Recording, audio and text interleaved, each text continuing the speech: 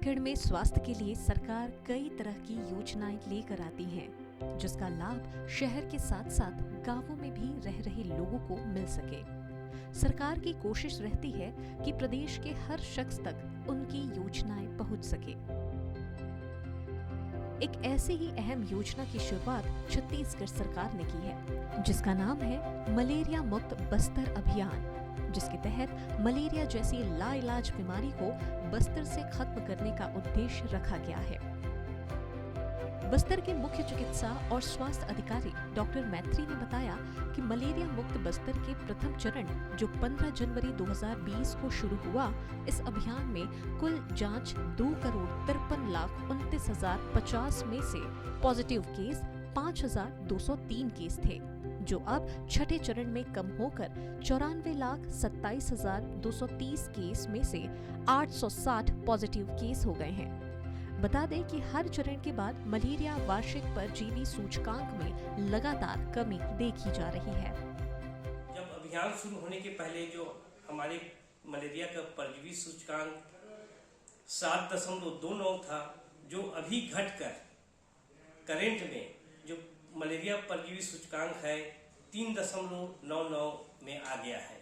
तो ये जो देखा गया है कि मलेरिया की पॉजिटिविटी रेट में काफ़ी डिक्लाइन आया है और ये अभियान अभी तक कंटिन्यू हमारे जिले में जो भी केसेस जहाँ ज़्यादा मलेरिया पॉजिटिव अभी भी पाए जा रहे हैं, उस गाँव में हम लोग सघन अभियान जारी रखे हैं। प्रेगनेंसी में मलेरिया का आर्टिजोनेट का इंजेक्शन दे सकते हैं 120 mg का, जिसमें उसको मतलब कंटिन्यू डोजेस रहती है उसको 14 डेज तक उसका। यहाँ पे और जैसे मेडिसिन वाले रहते हैं डॉक्टर्स, तो उनकी भी एडवाइस दी जाती है हम लोगों को। और दोबारा रीचेक करने कब बुलाया जाता है? After 14 days. और खाने पीने की क्या सलाह दी जाती है? खाने पीने में हम लोग प्रोटीन डाइट्स, जैसे पौष्टिक आहार बोलते हैं, ग्रीन वेजिटेबल्स हो गए, दाल हो गए, चना हो गए, सब खाने के लिए बोल सकते हैं। साल 2019 में ये अभियान शुरू करने से पहले मलेरिया वार्षिक परजीवी सूचकांक 7.29 था, जो 2021 में घटकर 4.16 हो गया है और सकारात्मकता दर 0.27 हो गई है। मलेरिया मुक्त अभियान के तहत सघन जांच के कारण गर्भवती महिलाओं में भी मलेरिया के मामलों में भारी कमी आई है। बता दें आपको कि मलेरिया पर नियंत्रण के लिए बस्तर जिले में 515 ग्रामों में मलेरिया रोधी दवा का छिड़काव भी किया जा रहा है, जिससे मलेरिया के केस में काफी हद तक कमी आई है। मरीज आते हैं बुखार के कंप्लेंट से, जिनको सर्दी खांसी ज़्यादा होता है, ठंड लगती है, तो ऐसे में हम और उनको बुखार 3-4 दिन से ज़्यादा हो जाता है और बस्तर वैसे भी हमारा मलेरिया वाला ही क्षेत्र है, तो हम सस्पेक्ट करते हैं कि यहाँ पे अधिकतर लोगों का मलेरिया टेस्ट पॉजिटिव ही निकलता है। वैसे में हम सबको मलेरिया टेस्ट करवाते हैं और जिनका अगर मलेरिया पॉजिटिव निकलता है तो उनको हम हॉस्पिटल में एडमिट करवाते हैं और उनको दवाई दी जाती है।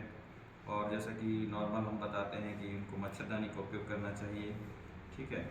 और एक उनको इलाज के दौरान हम लोग उनको पैरासीटामोल देते हैं बुखार के लिए, 38 मिनट इंजेक्शन लगवाते हैं और एक क्लोरोक्विन की टेबलेट आती है, हम उनको प्रोवाइड करते हैं।